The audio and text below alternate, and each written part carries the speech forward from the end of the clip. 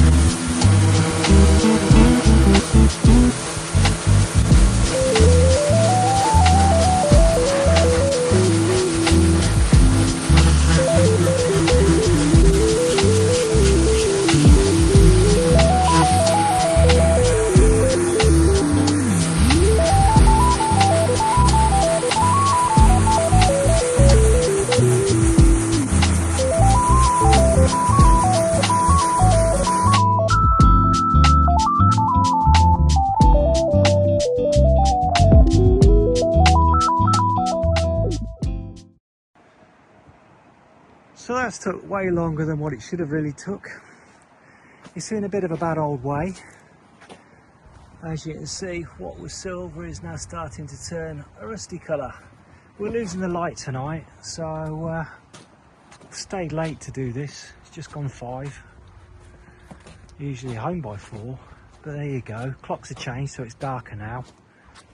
But as you probably see on the time lapse, I had a bit of a problem with my pressure washer at the end. It's blown an O-ring or something, so I'll have to get this off with a wire wheel. But you can just see, with the greenery cleaned off, how that is all rust. And when you get the rust off, it's silver behind it. By tomorrow morning when we come back to this, that will probably all be a brown rusty colour. So yeah.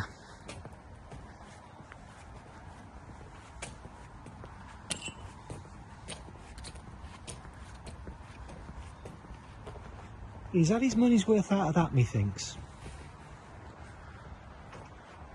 Right, let's see what it truly looks like in daylight tomorrow. Good morning, and it's Tuesday morning. Nice and sunny. It's quite mild today, especially as it's the end of October. 2 of our hire boats are out. We've just got Hector, which had no takers this week. So, Albertine, named after a rambling rose, I believe. This was an ex-hire boat, and it's seen some action, I think is the best way to describe it. From what I can work out, it's had a new base plate put on it, which is 6mm, and it's had these sheets put down the sides as well. Obviously getting a bit thin there. So we're starting the starboard side. It's not pretty.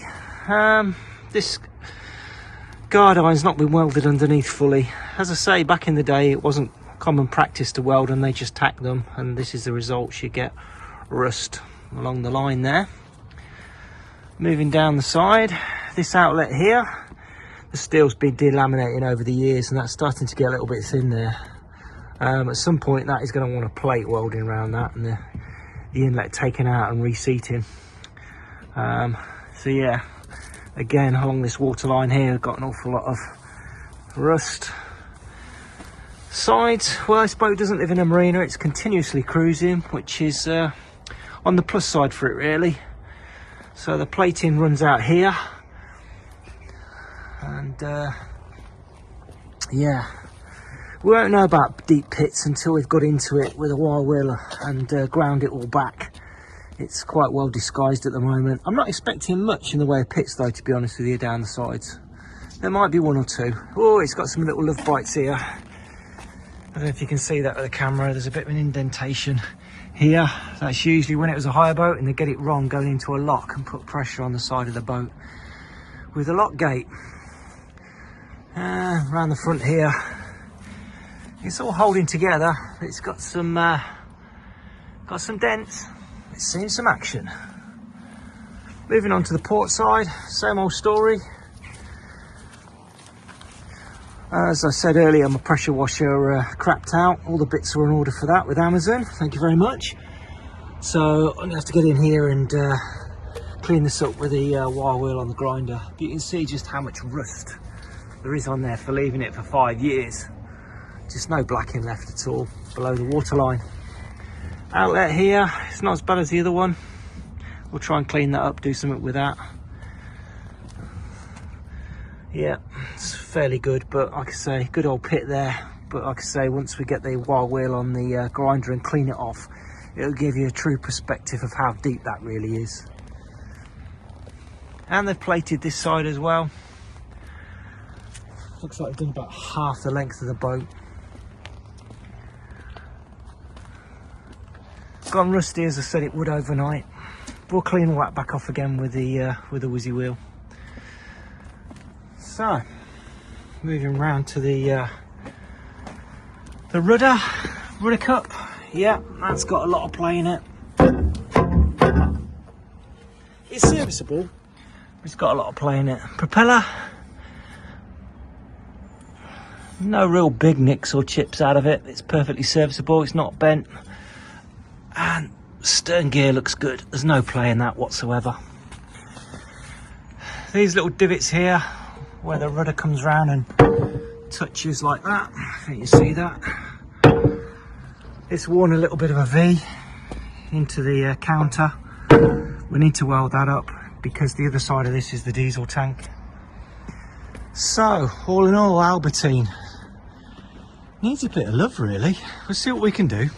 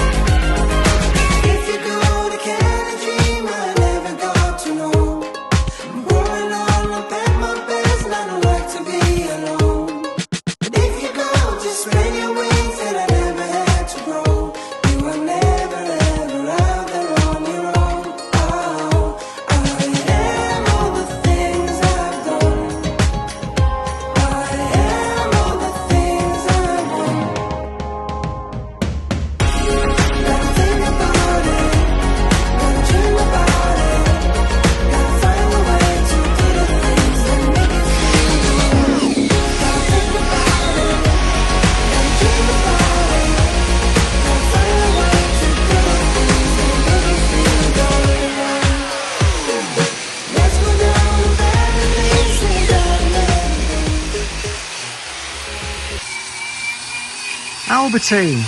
If you haven't recognised the boat already, it's owned by Trev, who's got himself a YouTube channel called Trev's Travels by Narrowboat.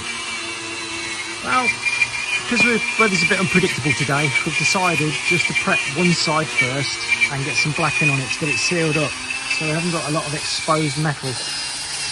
Found a couple of pits down the side. I will measure these off and see how deep they are. There's one there as well. There's two things we've neglected to talk about on this boat, or lack of, and that is chine angle. That is this strip that should be sticking out down here, and as we come to the back here, where they've plated the side and the bottom, they haven't left any, or it's got worn away. So, especially here, what will end up happening is this plate will wear away and go through the weld eventually. So that wants an eye keeping on that over the next couple of years. So let's see what the fabulous Jane has been up to. Here she is, working away. Alright, Janie. Hello. So, what have you got to say to Trevor about his boat then? Trevor, you are very naughty. You left it way too long to get your bottom blacked. There you go, Trev. You heard it from the woman that knows all about blacking. Right. Crack on.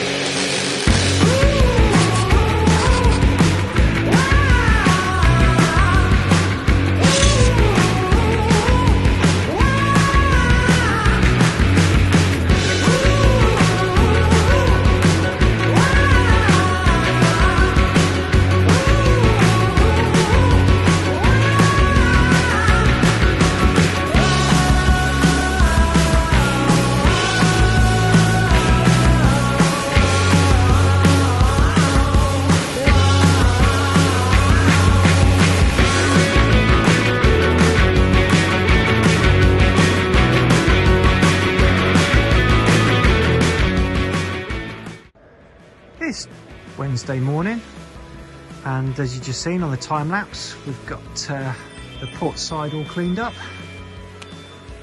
Jane's got some rust treatment on there, and we've also circled a whole load of pits that weren't welding up. The deepest one we found was this one here, which is 2.5mm deep.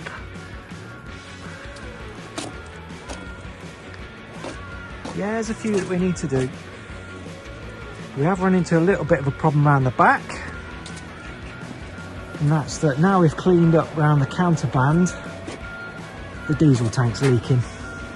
Looks like somebody's welded it before, but yeah, that's just starting to leak a bit of diesel out of there. So that's my next job. Oh, and looks like we've got a gas delivery as well.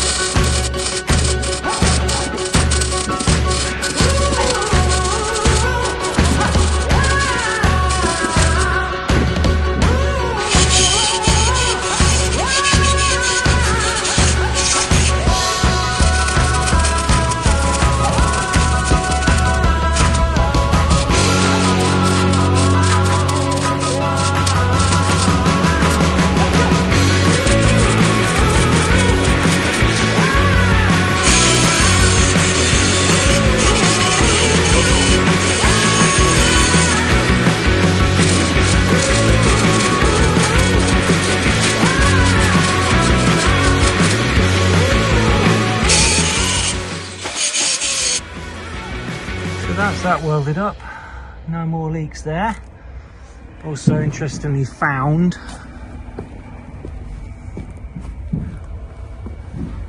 where was it? Oh yeah, when they did the overplate there's a bit of a hole there, so we'll catch that as well now with the weld up.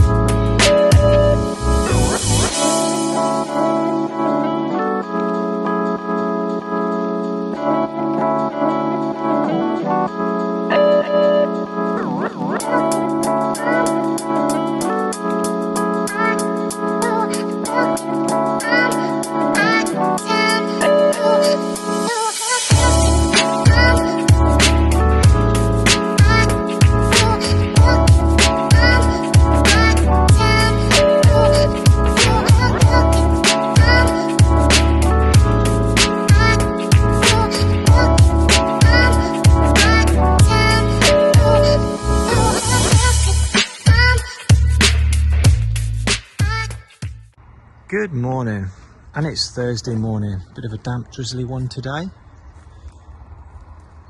Nice and still, nobody about. Albertine. So when it came in, it didn't have any anodes on it at all, nothing. Not even bars left over from worn down ones. So it's been at least 5 years it's been floating around with no anodes on. And as you saw from the time lapse, there was a fair bit of welding which had to be done, the pits and stuff down the side. And Jane and myself at the end, got the first coat of blacking on. So back to the anodes. That's this morning's job. Get these little beauties welded on. Chop chop.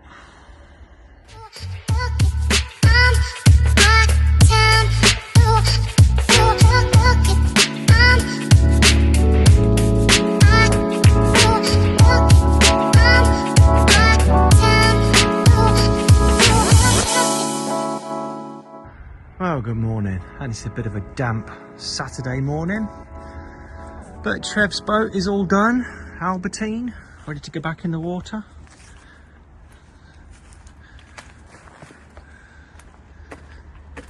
Anodes are all down the side, that should help with his pitting that was going on.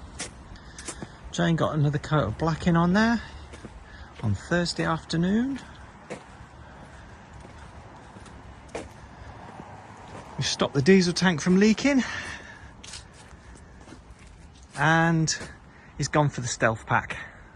We've deleted the tunnel bands at the back and it's just black now. So what remains to do is a bit of time lapse and get this back in the water.